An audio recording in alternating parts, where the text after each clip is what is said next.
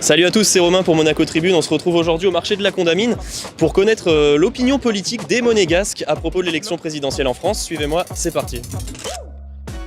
Bonjour, merci de nous répondre. Qu'est-ce que vous pensez des élections présidentielles en France ?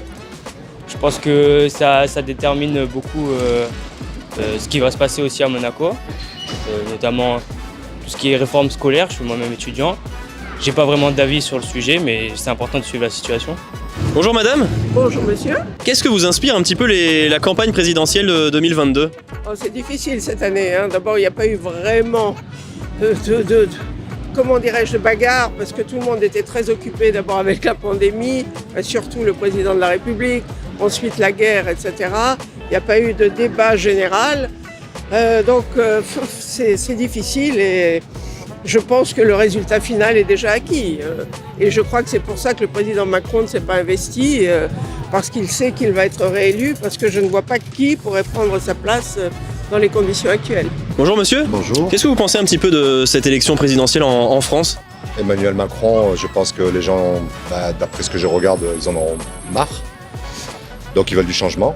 Mais pour avoir du changement, il faut y avoir quand même des bons candidats, ce qui n'est pas trop le cas par rapport à ce que je vois.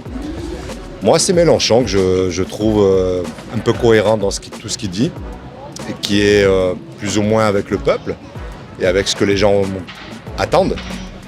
Mais malheureusement, je n'ai pas l'impression qu'il va arriver parmi les premiers. D'abord, je pense qu'il y a trop de candidats en face d'Emmanuel Macron pour pouvoir faire la différence. Éric Zemmour, au départ, se posait comme intervenant majeur. Maintenant, c'est fini, il a moins de 10%.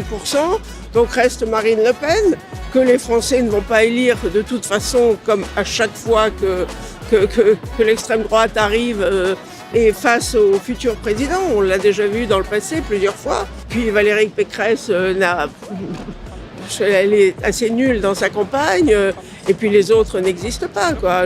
Jean-Luc Mélenchon quand même. Jean-Luc Mélenchon nous fait rire, mais enfin bon, ça ne va pas beaucoup plus loin. Enfin, c'est mon avis en tout cas. Donc pour vous, c'est joué, et si vous aviez dû voter, vous auriez voté Emmanuel Macron ? Eh bien, je suis contente de ne pas avoir à voter. Est-ce qu'il y a un ou une candidate qui te plairait, toi, particulièrement ? Alors, peut-être bien Marine Le Pen. J'ai un peu suivi la dernière fois, tu sais, quand ils ont parlé tous à TF1. Et j'ai trouvé son discours plutôt intéressant. Et elle a pris de la maturité par rapport aux anciennes élections. Qu'est-ce qui t'a convaincu particulièrement justement avec Marine Le Pen, plus qu'avec par exemple Éric Zemmour ou Valérie Pécresse ou Jean-Luc Mélenchon ? Elle est moins fataliste sur certains sujets et elle a pris du recul sur la situation et sur les mesures qu'elle veut prendre. Le fait que ce soit une femme aussi, c'est quelque chose de positif, tu penses ?